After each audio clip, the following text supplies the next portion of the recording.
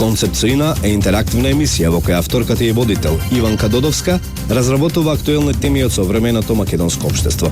Емисијата има за цел да прерасне во вистинска работилница на знаење и размена на искуство од областа на политиката, образованието, историјата, религијата и безбедноста, кои ќе имаат позитивно влијание врз развивањето и унапредувањето на општествениот диалог кај слушателите. Концепт Соина. Понеделник од 17 до 18 часот на Радио Слободна Македонија. Добар ден, почитувани слушатели, добар ден, редовни слушатели на Радио Слободна Македонија.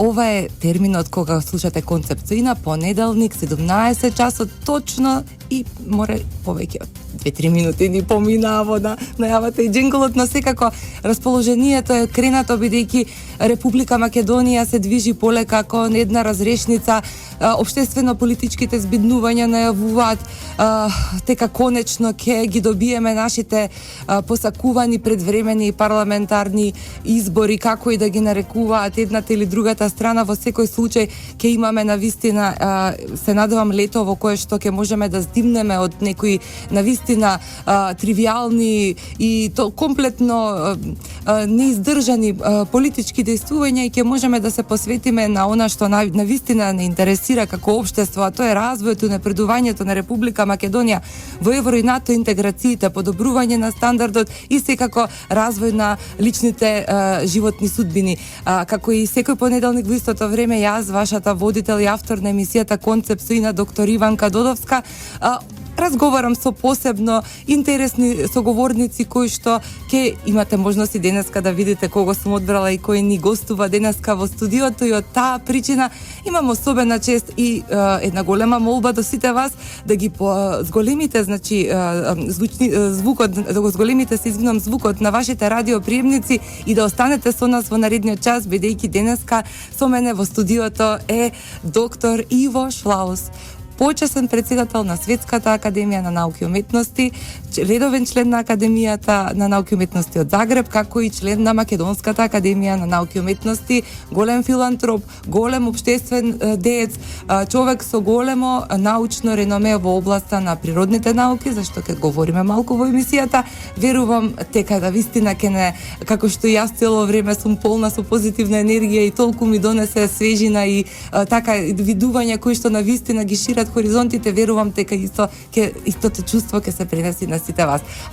Најпрвен би сакала да го поздравам и да му посакам добре дојдовте, доктор Иво Шлаус, во Концепт Соина. Dobar dan i vama i svim našim slušateljima. Veliki užitak biti ovdje u radiju. Ja sam, kao što sam vam i rekao, već dugo vremena dolazim u Makedoniju. Počelo je to davno kad sam ja služio vojsku u Kumanovu i onda bježao kad god sam mogao u Skopje, tako da sam tu bio puno prije nego što ste se vi rodili, ali ovo je prvi put da sam na radiju, tako da to ipak svaki put je nešto jedinstveno u svakim od mojih posjeta Skopju. Јас на вистина, доктор Шлаус, се израдував кога мојата почитувана колешка доктор Јана Илиева пред неколку дена ми спомена дека вие ќе дојдете во Македонија, ќе имате ваша работна посета овдека на нејзиниот универзитет, како и дека имате голем број на средби со голем број на општествено-политички фактори во државата со кои што дискутирате на темите со кои што се занимавате. И за мене беше на вистина предизвик, бидејќи во Република Македонија неколку пати се споменувало името на доктор Иво Шлаус. Особено, јас се сеќавам дека вие бевте актуелен кога председателот на Република Македонија, доктор Ѓорги Иванов, доби членство во Светската академија на науки и уметности. Вие како председател му ја врачивте, значи, како се нарекува тоа, практично прифатницата на председателот Иванов, како и на професорот Зоран Илиевски. Исто така бевте и дел од школата за млади лидери на председателот Иванов.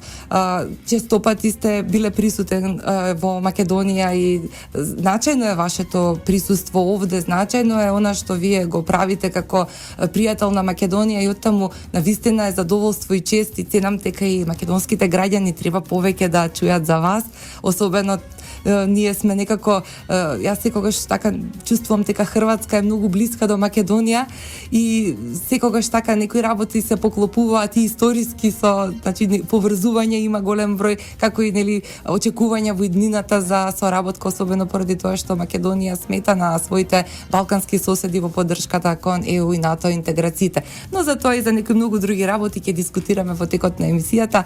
Пред се, јас би сакала веднаш да почнам со прашањата, бидејќи имам навистина еден цел корпус на од истите кои што би сакала нашите слушатели да слушнат повеќе од доктор Шлаус.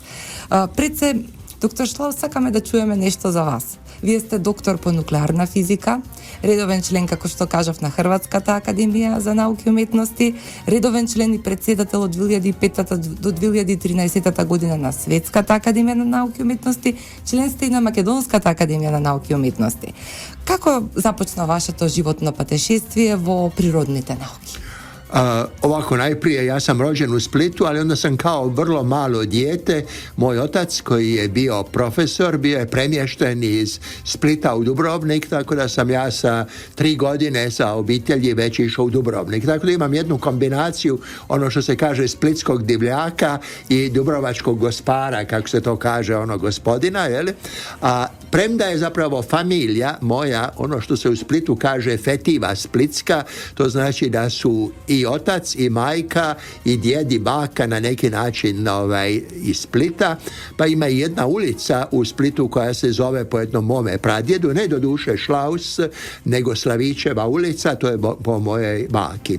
Inače, moj djed je bio osnivač i jedan od prvih direktora Splitskog instituta za jadranske kulture. Sada jadranske kulture je nešto naravno što povezuje i Makedoniju i Hrvatsku, vino, masline i tako dalje. Ja sam naravno počeo studirati u Zagrebu fiziku da bi svoj doktorat napravio na University of Rochester u Sjedinjenim Američkim Državama, da bi nakon toga opet se vratio i radio na institutu Ruđer Bošković, gdje sam zapravo radio cijeli svoj vijek, ako se tako može reći, ali veliki dio toga vremena sam bio okolo, pa sam recimo od 64. pa sve do 2003. bio stalni profesor na University of California u Los Angelesu i bio malo u Los Angelesu, malo u Zagrebu, pa onda na Duke University na istočnoj obali Amerike, pa na Georgetownu i onda naravno imao sam tu sreću da sam radio u Los Alamos National Laboratory, koji kao što naravno većina slušatelja zna je mjesto gdje je sagrađena bomba. To je bilo upravo u vrijeme naravno kada je i Jugoslavija imala ideju da sagradi bombu. Kao što znate, Jugoslavija je bila vezana, imala je ideju koja, ja mislim, se nije nikada u potpunosti realizirala, ali svakako da ostvari svoj puni potencijal da može sagraditi bombu, naravno odmah tamo 46. 7. 8. kada su osnovana ta 3 instituta i onda još nekoliko drugih instituta i onda opet kada je naša velika saveznica Indija testirala svoju bombu, onda je opet došla nekakvo ponovni interes oko bombe, ali dosta o bombi, jer ja sam poslije zapravo bio vrlo aktivan i još uvijek sam vrlo aktivan u pokretu koji je dobio Nobelovu nagradu za mir, Pagvaški pokret, gdje je nama glavni cilj zapravo potpuno razoružanje i čak potpuno odstupanje ne samo od nuklearnog oružja, nego od svih oružja masovnog uništenja. Tako da za baš mjesec dana sam pozvan kao pozvani predavač da prilikom obilježavanja jedne druge organizacije koja je također dobila Nobelovu nagradu za mir, a to je organizacija koja kontrolira kemijsko naoružanje, koje znamo da zajedno sa nuklearnim, zajedno sa biološkim i sada sve više sa cyber warfare predstavlja tu taj četverolist vrlo opasnih oružja za masovnu destrukciju. Доктор Шлаус, вие сте во моментов почесен председател на Светската академија на науки и уметности, а исто така сте и декан на Универзитетот Хамаршелд за меѓународни односи и дипломатија. Член сте на Римскиот клуб и на Европската мрежа на лидери. Кажете ни повеќе за вашите активности во овие елитни организации. Веќе споменавте дека сте во групата на елитни дејци кои што се борат против тоталното разоружување, исто така нуклеарното, значи спречувањето на нуклеарните градењето на нуклеарни бомби и така натаму. Особено е значајно бидејќи тоа е една навистина голема филантропска димензија која што ја носите, со голема љубов кон човештвото и со голема визија кон напред. Кажете ни повеќе за членувањето во овие организации, за вашите активности. Gledajte, vi ste sad spomenuli jednu stvar koja je izuzetno važna i dajte da ga ja malo sa druge strane uhvatim. Mi svi znamo da je nešto prije 200 godina Adam Smith napisao svoje glasovito djelo Bogatstvo naroda. I to djelo se smatra temeljem kapitalizma danas i naravno mnogi ljudi smatraju da je Adam Smith bio ekonomista. Naravno, Adam Smith nije nikada bio ekonomista jer ekonomija nije postojalo. On je započeo ekonomiju. Adam Smith je bio moralni filozof, dakle čovjek koji se bavi filozofijom morala. Morala, naravno, što se tiče ljudi. Njegova glavna stvar je bila to da se napravi društvo u kojemu će ljudima biti najbolje. I to je cijela priča oko toga. Sada, naravno, jedna stvar koju je vrlo važno uočiti je da je on to radio pred 200 godina. I stvari su se stubokom promijenile. Kada vi pogledate danas bilo koji od takozvanih socijalnih i ekonomskih indikatora, onda vidite da je u posljednjih 50 godina su se svaki od njih promijenili duboko. Faktor 10, faktor 20, oni su u takozvanom eksponencijalnom rastu. Uzmimo samo neke, recimo, na primjer. Kao što znate, stanovništvo zemlje je polagano raslo, i onda je dostiglo 1 milijardu, pa je onda recimo 2 milijardu, 3 milijardu, a pogotovo od 6 do 7 milijarde, što je bilo relativno nedavno, se dogodilo za jedno 15 godina. Dakle, to je strahovito brzo raslo. Naravno da pred 200 godina nije bilo automobila. Da ne govorimo o avionima, da ne govorimo o mobitelima, da ne govorimo o tome da prije diskusije da smo ovaj razgovor imali pred 20 godina, onda bi na primjer rekli kako ćemo osigurati komunikacije sa ljudima koji su u Africi. Pa je ideja bila, naravno, treba će nam telefonske, telegrafske mreže i tako dalje. Danas ide sasvim drugačije. Kako ide? Ide preko mobitela. A kako mobitel komunicira? Signalom preko satelita. Što nema veze sa cijevima, žicama i tako dalje. I sada, kad smo spomenuli Adama Smitha, on je naravno uveo nekoliko kategorija kapitala. I sada taj kapital bi za današnje prilike bilo dobro ga razvrstati u 4 grupacije. Jedno je kapital sve ovo što smo mi napravili, dakle naših ruku djelo, zgrade, ceste, tvornice, automobili, ali isto tako i novac. Sve ono što smo iskopali i tako dalje. To je taj kapital kojega smo mi stvorili svojim rukama. Taj je obično kapital o kojemu mi jedino govorimo. A zapravo postoje 2 druga kapitala koja su neusporno važniji. Drugi kapital koji je važan je takozvani prirodni kapital, u kojemu dolaze ne samo rude, ne samo nafta, ne samo plin, nego voda, zrak, stvari bez kojih mi ne možemo egzistirati. I onda treća vrsta kapitala, koji se čak može i dijeliti na nekoliko podvrsta, to smo mi, ljudi, ljudski kapital.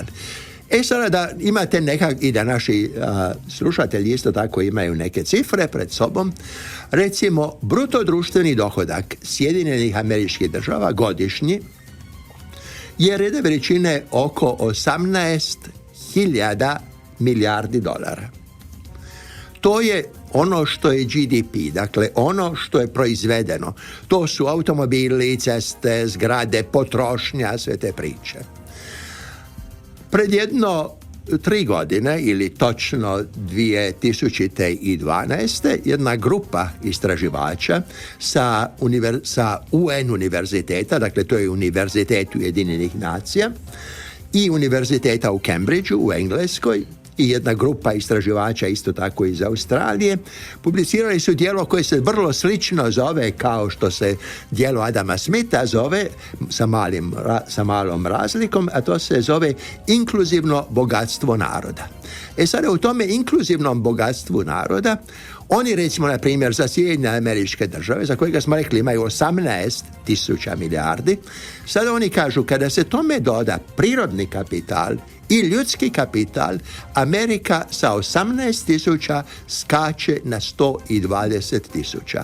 I to vrijedi za manje više sve zemlje, za Makedoniju, za Hrvatsku. Rijetke su zemlje koje su jako, jako bogate prirodnim bogatstvima, kao što je Saudijska Arabija, kao što je Kazakstan i tako dalje, koje onda imaju veći doprinos prirodnog kapitala, ali skoro ni jedna nema dominantni doprinos ovog kapitala koji bi bio manufakturni kapital. Sada što iz toga proizlazi? Iz toga proizlazi da je zapravo čovjek najveće bogatstvo koje mi imamo. Pa dokument recimo Ujedinjenih nacija koji je objavljen, ako se ne varam, 2009. zapravo počima sa tvrdnjom ljudi su najveće bogatstvo koje mi imamo. To je jako lijepo i dobro, ali sada dolazi da mi shvatimo što ta rečenica znači on kraj onoga što bi recimo mogli reći da je takozvano zlatno pravilo koje se sastoji u svim religijama, kaže ljubi bližnjega svoga. A sad što znači ljubiti bližnjega svoga? To između ostalog znači osigurati za toga bližnjega, za svakoga, sve ono što mu treba da ima zdrav, aktivan, kreativan život. Dakle, znači da mu moramo osigurati zdravlje, što postaje sve skuplje i skuplje. I danas sasvim sigurno je da su troškovi u jednoj bolnici vrlo veliki i da je isto i tako pitanje da li morate i na koji način održavati čovjeka na životu i onda ako je zbilja na granici toga. Jer to su sve vrlo velika etička pitanja koja nisu trivialna. Ne smijete doći u to da čovjek ima pravo na smrt i da kaže jednostavno sada hoću umrijeti. Ne, jer zapravo čovjek nekada hoće umrijeti u trenutku kada nije u punoj kontroli svega onoga što ima. Prema tome, mi svakako moramo osigurati maksimalnu pomoć u zdravstvenom pogledu. Bez obzira što to jako puno košta, a košta jako puno. Tako isto bi mogli reći da moramo osigurati svu pomoć da svako od nas dobije maksimalno dobro obrazovanje. Mi smo recimo, ja mislim da su podaci za Makedoniju slični kao i oni za Hrvatsku. Mi smo imali visoko obrazovanih ljudi negdje manje od 20%. A u zemljama kao što je Južna Koreja ili kao što je Japan ili kao što su Sjedinjene Američke Države, postotak ljudi sa visokom naobrazbom je danas sve veći i veći i on izlazi negdje oko 50%, negdje čak 60%, što znači faktor 3 više nego što mi imamo. Sad se nalazi još jedna stvar, a to je da znanost naravno se jako brzo razvija. I sad se razvija fantastično brzo, puno brže nego u vrijeme Newtona, a da ne govorimo u vrijeme Platona ili Aristotela i tako dalje. Danas se ona razvija tako brzo da svakih 9 godina se udvostručuje.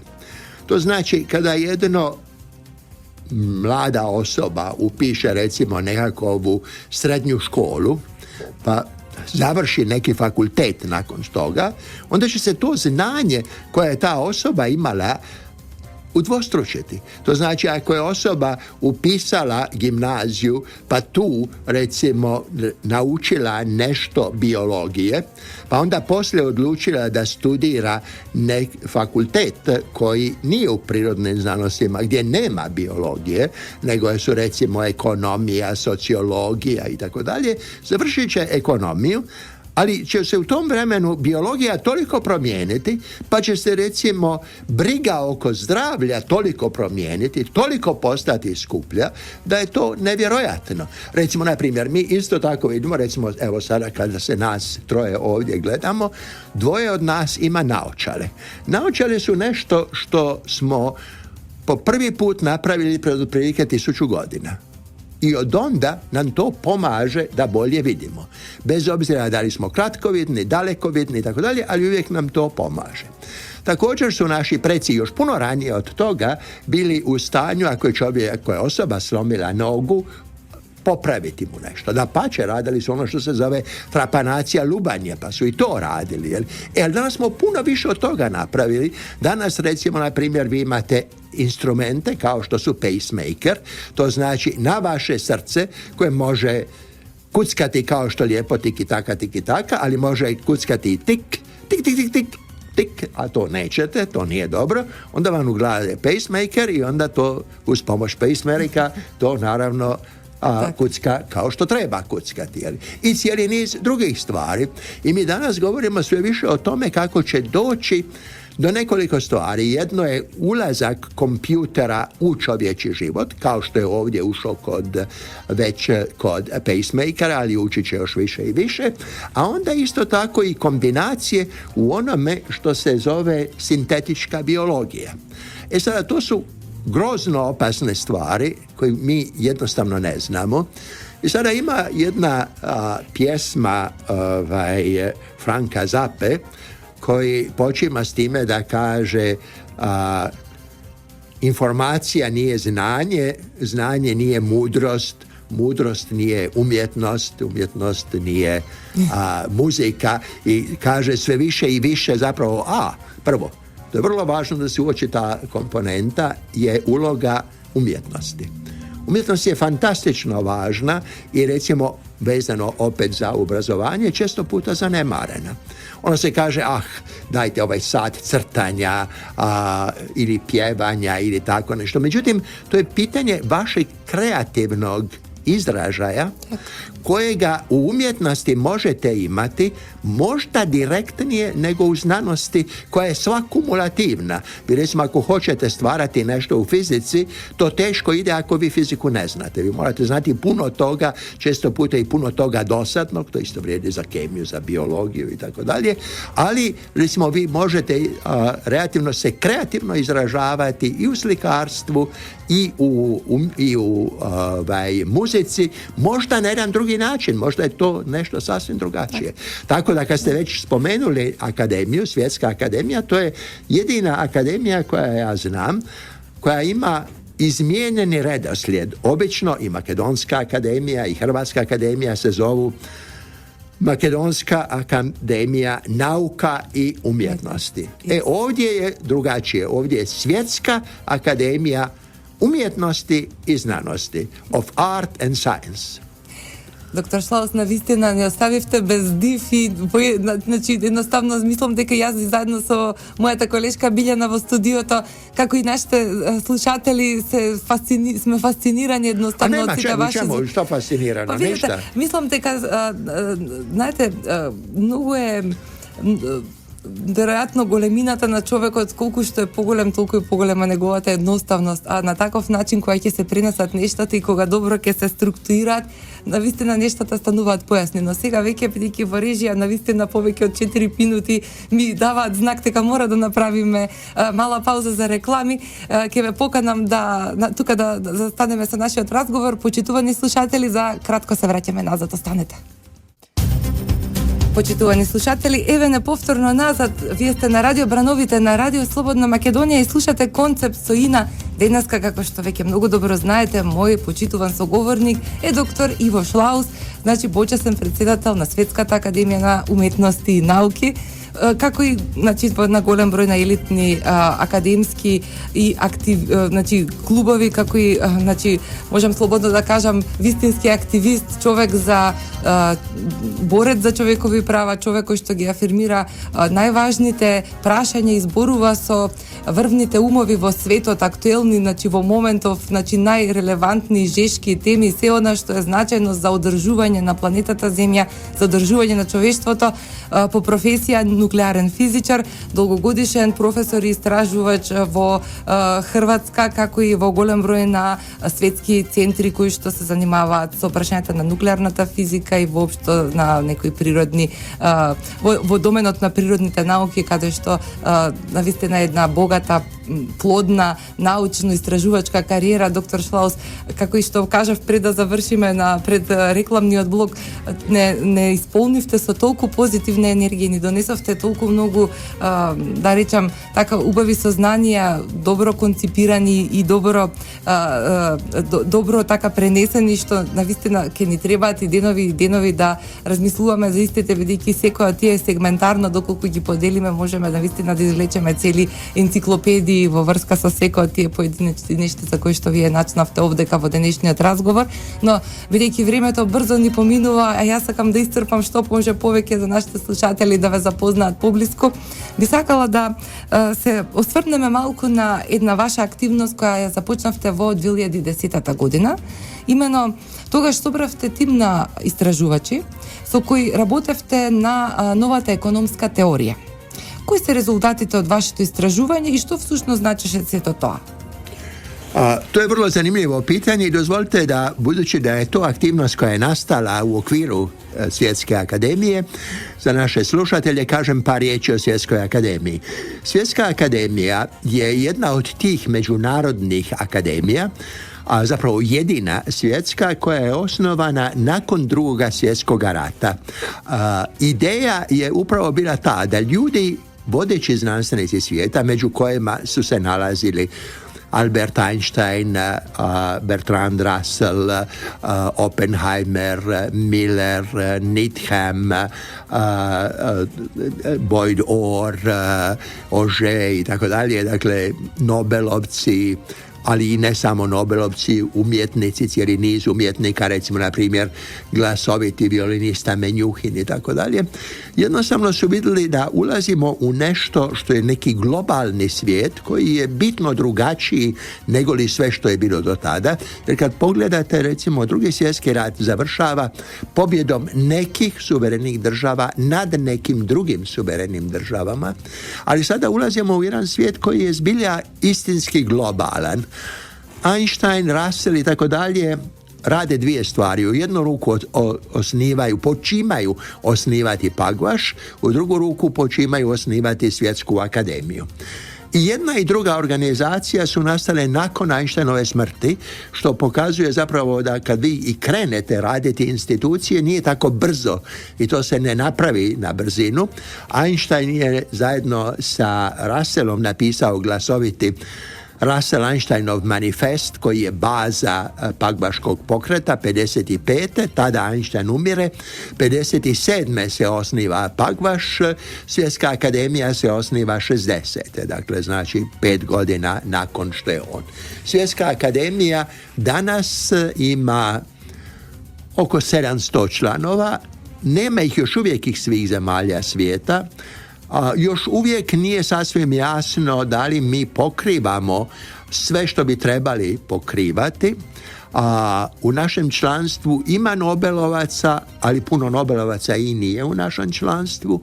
U našem članstvu ima puno sadašnjih i bivših šefova država i vlada i vodećih političara, ali naravno ima ih puno njih koji nisu. Da je zapravo, eto, to je ono što danas Svjetska akademija jest. Ja sam bio 12. po redu predsjednik Svjetske akademije.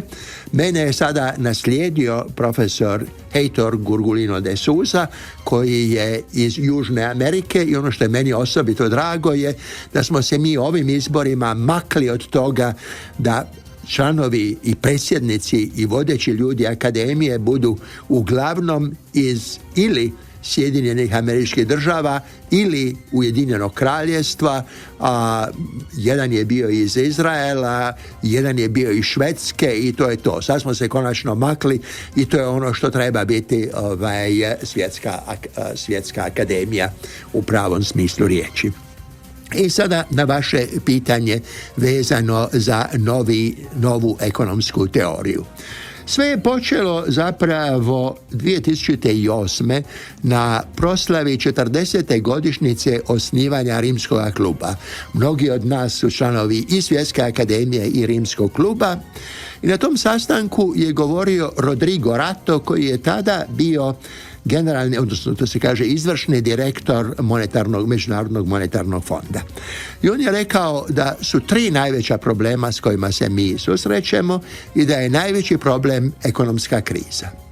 Onda sam se ja vratio nakon toga sastanka koji je bio u Rimu, natrag u Hrvatsku i naravno glavni tenor toga je bilo postoji ta ekonomska kriza, ali ta ekonomska kriza je zapravo rezultat problema sa uglavnom građevinskom industrijom u Sjedinjenim Američkim Državama. To je kriza koja će mimo nas proći. Nemojmo se mi zabrinjavati oko te krize i tako dalje. Onda naravno, ja nisam slušao samo političare, nego sam razgovarao i sa ekonomistima, mnogima, oni su isto rekli, pa dobro, pa to je, ali opet je to, nas će to mimoići, imamo mi neke druge naše probleme i tako dalje. I nekako meni ono što se kaže vrag nije dao mira i onda sam ja napisao jednu e-mail poruku koju sam poslao jednoj 5 svojih poznanika koji su bili članovi Svjetske akademije i povukao sam jednu analogiju sa fizikom, da se vidi kako je to u fizici. Sad u fizici pred otprilike nešto oko 100 godina, dakle koncem 19. vijeka, fizika je bila zapravo na svome vrhuncu. Tada samo da podsjetimo slušatelje, tada je došlo do ujedinjenja elektriciteta i magnetizma i kao rezultat toga smo dobili cijelu optiku, tako da je bilo i to sve rastumačeno. I u to doba isto tako je došlo do sjedinjenja mehanike i termodinamike, dakle topline, i to je sve shvaćeno, pojam energije je shvaćen i tako dalje. I onda je ostalo nekoliko manjih stvari koje su bili na margini fizike, koje fizika nije razumijevala i zapravo bilo je pitanje da li su te stvari i važne. Tako da jedan glasoviti fizičar, i vama i slušateljstvo je njegovo ime poznato, to je Lord Kelvin, po njemu je i temperaturna skala Kelvin, održao predavanje u kojemu rekao, ovo je divno vrijeme za fiziku, sve je poznato, postoje 2 mala oblačića koje ćemo mi riješiti, neki eksperiment koji su napravili 2 Amerikanca, ne znamo ni da li je točan, i onda nekakvi spektri, pa zapravo da li su ti spektri, Bog zna kako važno, ko gleda spektre, ovo ono, i to je otprilike bilo to. Međutim se pokazalo da su ta 2 mala oblačića donijeli strahovito velike promjene, ne samo u fizici, ne samo u svim prirodnim znanostima, nego uopće u svjetonazoru, da je to rodilo ono što se zove teorija relativnosti i ono što se zove kvantna fizika. I cijeli naš dojam o svemu, o svijetu je postao sasvim drugačiji, tako da imamo jednog poznatog povjesničara, Paula Johnsona, koji piše svoju poznatu knjigu Moderno vrijeme, i onda zanimljivo na pitanje kada počima moderno vrijeme, on daje čak i datum i kaže, mislim da je to 19. maja 1999. kada kaže su eksperimentalno dokazani da Einstein ima pravo. I to je početak modernog svijeta. Jel? Pazite, Einstein radi svoju opću teoriju relativnosti 15. u jeku Prvog svjetskog rata. Dokaz njegov daju Englezi koji su znali za vrijeme Prvog svjetskog rata upravo Einsteinovu teoriju koju je on u Njemačkoj objavio i tako dalje i tako dalje. Dakle, sve to pokazuje i sada bazirano na tome sam se ja pitao, dobro, kakva je situacija, da li je ekonomija možda Isto tako, je da je sve to lijepo i dobro, je da mi živimo u najboljem svijetu, recimo kad vi danas pogledate naš kvalitet života, bilo gdje na svijetu, sigurno veći nego što je bio ranije.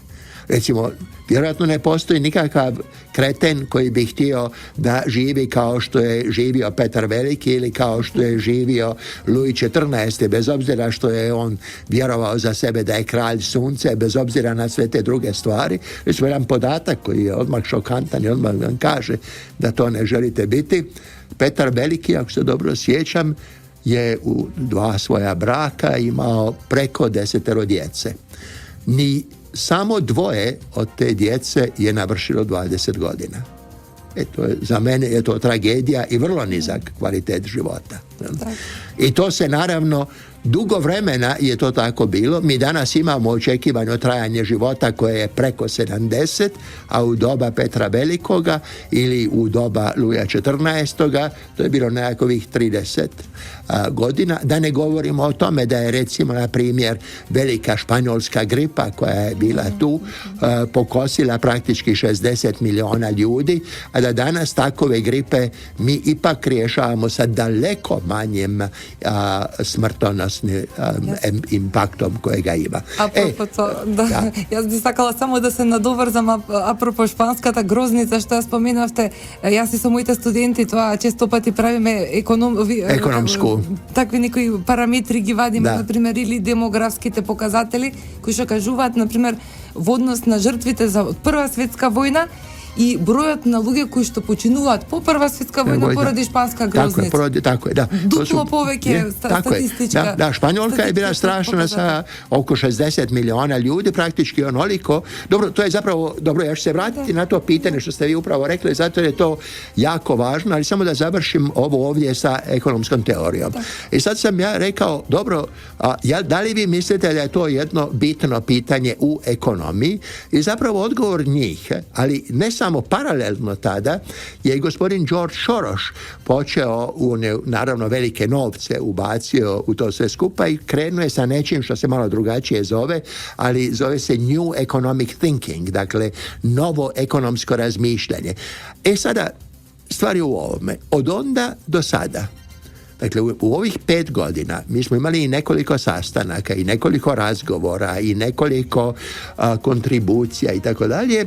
I zapravo mi nismo jako daleko odmakli. Mislim da je to jedno vrlo veliko pitanje što napraviti. Mi znamo što ne napraviti. Recimo, da vam kažem ovako, ja sam uvijek volio poći u Poljsku za vrijeme hladnog rata, jer onda bi čuo jako dobre viceve. Jedan jako dobar vic kojega sam čuo tamo je bilo to što se događa kada dođe jedan američki ekonomista i pita jednog poljskog ekonomista kakva je ekonomska situacija kod njih. I onda, i što on misli o kapitalizmu. I naravno, taj gospodin, poljski ekonomista, kaže kapitalizam je na rubu propasti. To je jasno, tako i Marks govori. A onda slijedi sljedeće pitanje, a kako je socijalizam? Uvijek korak napred. I otprilike, i sad kad pogledate, to je naravno dobar vic, ali u svjetlu onoga što sam ja prije rekao, kao su se stvari promijenile, bilo bi apsurdno misliti da ono što je bilo dobro u vrijeme pred više od 200 godina može funkcionirati danas. I sada je nama prilično jasno sljedeće. Prvo, ekonomskim i zapravo loše.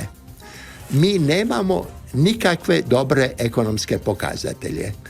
Bruto društveni proizvod, GDP, nije dobro mjerilo.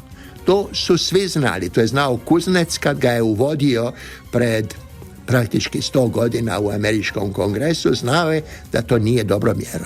Ali to je jedino što imamo, ova razna poboljšanja, kao što je Human Development Index i tako dalje, to je otprilike isto to, znate, osim što su kompliciraniji i za razliku od GDP-a treba vam dugo vremena da dobijete neke informacije. Prema tome mi zbilja ne znamo dobro mjeriti. Mi isto tako ne znamo dobro mjeriti ni naš impakt na prirodu. Mi znamo, kao što je objavljeno u nekoliko knjiga, da smo praktički bankrotirali prirodu. Mi trošimo puno više nego što smijemo trošiti i zagađujemo puno više nego što smijemo zagaditi. Tako da smo mi dosta uništili to. Prema tome, ako bi ovako nastavili, a to nećemo, to je jasno da nećemo i reći ću zašto nećemo, onda bi išli u propast. Zašto nećemo? Nećemo jer u posljednjih 10 godina se mijenjamo isto tako brzo i ne znamo kako se mijenjamo i te su stvari, kao što smo rekli prije, roboti, nove ideje, automatizacija, artificijalna inteligencija, sintetska biologija, sve tu, sve ide, tako brzo ide i zapravo kad gledate vremenske skale, a vrijeme je opet jedna stvar koju ne razumijemo dobro, one idu na različitim skalama i sve idu jako, jako brzo. Prije, u vrijeme našega života se praktički nije ništa mijenjalo i vi ste mirno mogli reći svojoj ćerci, znaš, radi ono što je radila mama jer to je dobro, jer tvoja mama je sveučilišni profesor, ja sam pametna, ja sam respektabilna i tako dalje i to je ono što bi se reklo made sense, jeli, to je izgledalo dobro. I sad više to nemate pravo reći, jer ona živi u jednom potpuno drugome svijetu. Ovo je drugi svijet o kojemu mi relativno jako malo znamo, ali ipak tu moramo naći neka rješenja i moramo naći neke izlaske i sada ono što je zapravo jedna od važnih stvari u tome što smo napravili je taj naglasak na ljudsko biće kao jedno od najvažnijih stvari. I sada opet jedan mali segment. Mi u Hrvatskoj, ali ja se bojim da nije situacija bolja ni ovdje, imamo jako veliki problem sa onim što se zove zaposlenost. Naime, što se događa? Događaju se, imamo dvije vulnerabilne skupine. Prvo, mladi ljudi koji završavaju fakultet, da pa ćemo ga završiti sa odličnim uspjehom i tako dalje, uglavnom teško nalaze mjesto. Невозможно е веќе. Пазарот на трудот е преполн. Tako, vrlo je teško. Druga stvar, ako kojim slučajem imate 50 godina ili čak 40 i nešto i izgubite radno mjesto, onda ga vrlo teško dobijete natrag. Zato mi imamo dvije vulnerabilne skupine i to je jako, jako važno i mi moramo nešto učiniti da osiguramo ono što se kaže, ajde recimo, idealno visoka ili puna zaposlivost. Mi moramo ljude držati zaposlenima. Jer ova ekonomija kakvu je imamo, sada dođem na one brojke kad ste ispomenuli Španjolku i tako dalje. Kakve mi brojke imamo? Prvi svjetski rat, grubo govoreći, oko 20 milijuna. Drugi svjetski rat oko 60 milijuna. To su velike i strašne cifre, ali ima i gorih cifri. Profesor Ramel, koji je bio profesor u Americi, napravio jednu veliku studiju koju je dao pod nazivom democid. Ubijanje ljudi, gdje je zapravo došao sa podatkom da su vlade odgovorne za smrt djece, žena i muškaraca u 20. stoljeću i da ta cifra je puno veća nego li 60 milijuna, da je ta cifra oko 200 milijuna. Tu spadaju i Stalin, i Mao, i mi, i tako dalje, ima ih puno. Jer sad bi čovjek rado rekao, ne, nismo tu, to su samo neki drugi. Ali onda ima još jedna gora cifra. To je cifra do koje je sada došla Svjetska zdravstvena organizacija, koja je pokazala da u razdoblju između 1990. do 2010. Dakle, tih 20, ili točno 23 godine do 13. U tom razdoblju smo mi svi odgovorni za to da je 420 milijuna ljudi umrlo od gladi, umrlo od siromaštva i da je to rezultat ove ekonomije koju mi imamo. Tako kada Sveti otac Franjo kaže ova ekonomija ubija, to je točno, ova ekonomija ubija. Jer što radi ova ekonomija? Ova ekonomija zapravo ljude ne samo da iskorištava, što je možda loše samo po sebi, ali možda i nije loše biti iskorištavan, ali radi nešto drugo što je puno, puno loše, a to je te ljude koje je samo djelomično iskoristila, mogla bi ih i dalje nastaviti iskorištavati, zapravo odbaci i ide koristiti nešto drugo, neke druge ljude ili neke druge instrumente. Tako da imamo ono čemu on govori već u 2-3 navrata, imamo jednostavno propast tih ljudi koji su izgubljeni. Pa onda nije nikako čudo, recimo, na primjer, kada je došlo do njegovog sastanka sa patrijarhom Čirilom Moskovskim, a on nekoliko puta se sastao sa ekumenskim patrijarhom Bartolomejem, da su se oni svi jako dobro slagali. Mislim, sve one priče o Filokve, da li Sveti Duh proizlazi od Oca i Sina ili samo od Oca, su zanemarive u odnosu na ova egzistencijalna pitanja. Zašto? Jer mi moramo sačuvati ljude. To je ono radi čega mi postojimo. I sad je još jedna stvar da se ipak vidi da sam ja fizičar. Svijet u kojemu mi živimo je svijet koji je idealno podešen za nas. Kada bi kojim slučajem svjetlost išla samo 5% brže, kada bi masa elektrona bila samo 5% manja ili veća, ni vas, moje lijepe dame, ni mene ne bi bilo ovdje. Dakle, ovaj svijet je idealno posložen za nas. Naravno, neko ko je vrlo religiozan reći će to je dokaz da postoji Bog. Ali to je bilo vrlo jeftini način.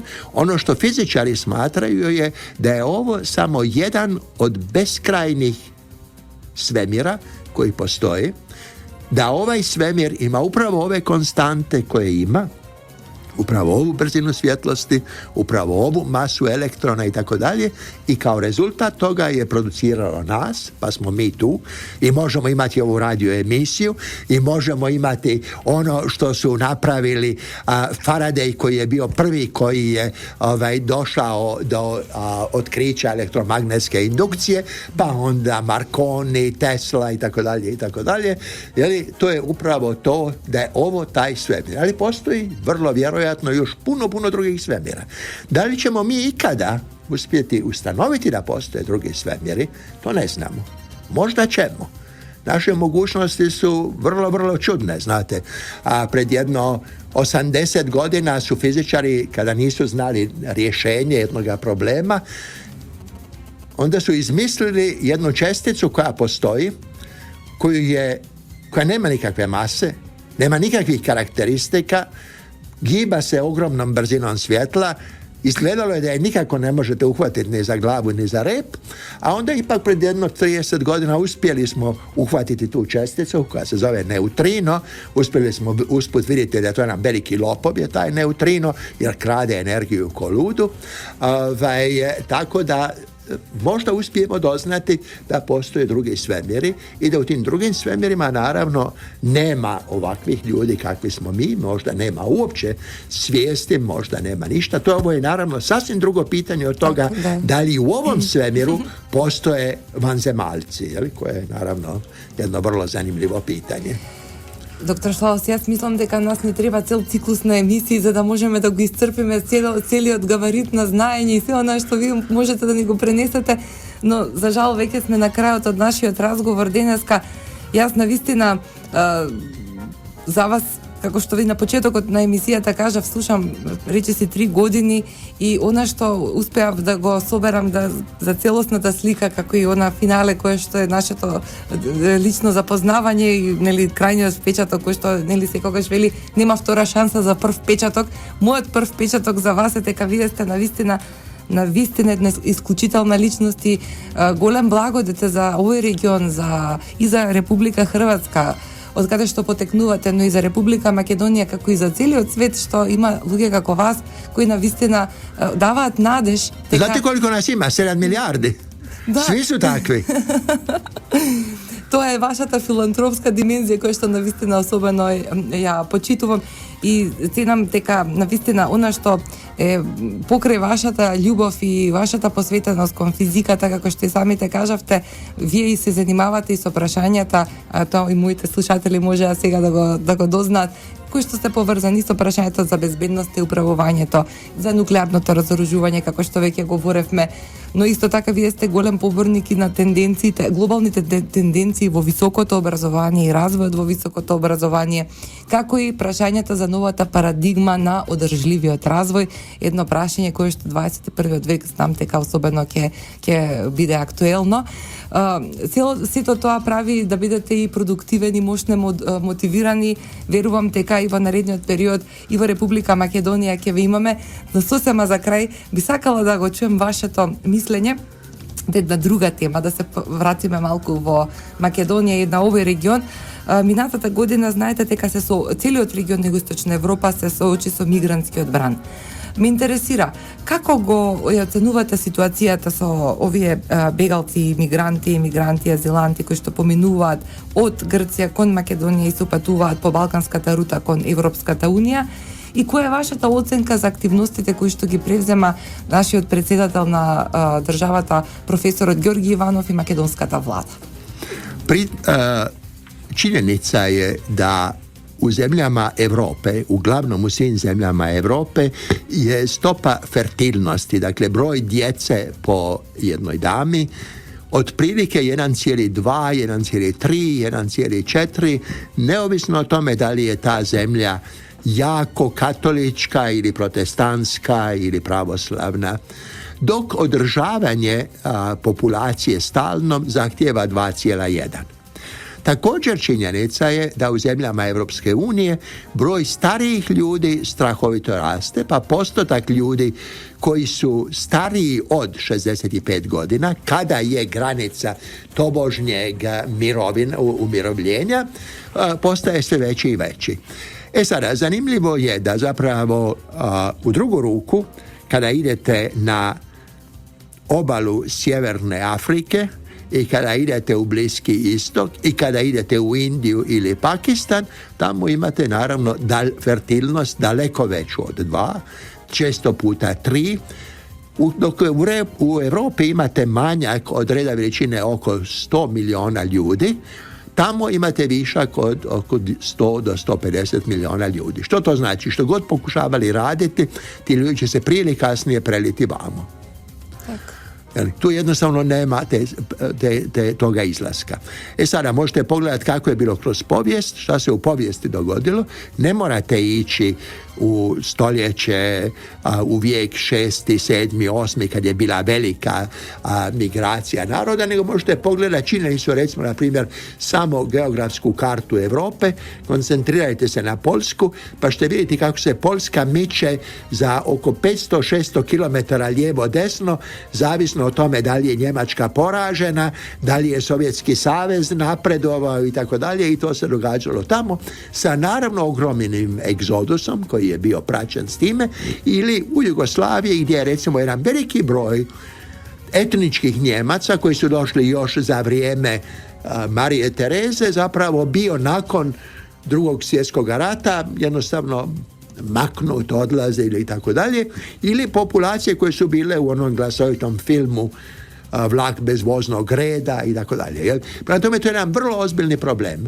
Europska unija je pokušavala riješiti taj problem, još uvijek nema rješenje.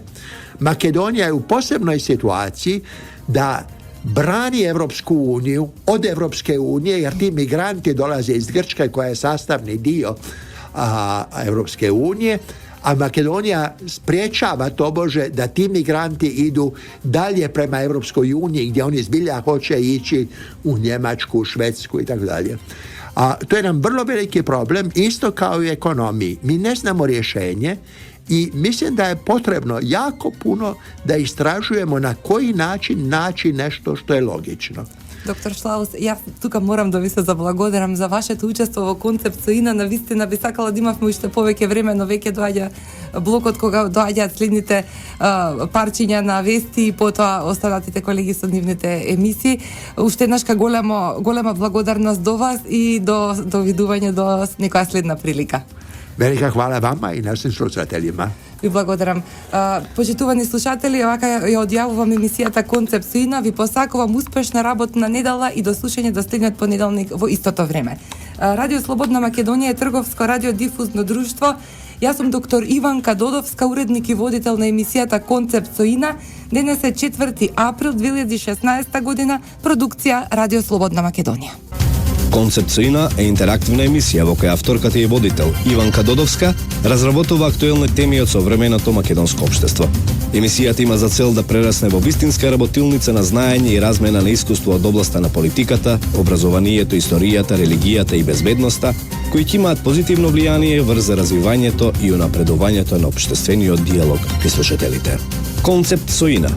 Понеделник од 17 до 18 часот на Радио Слободна Македонија.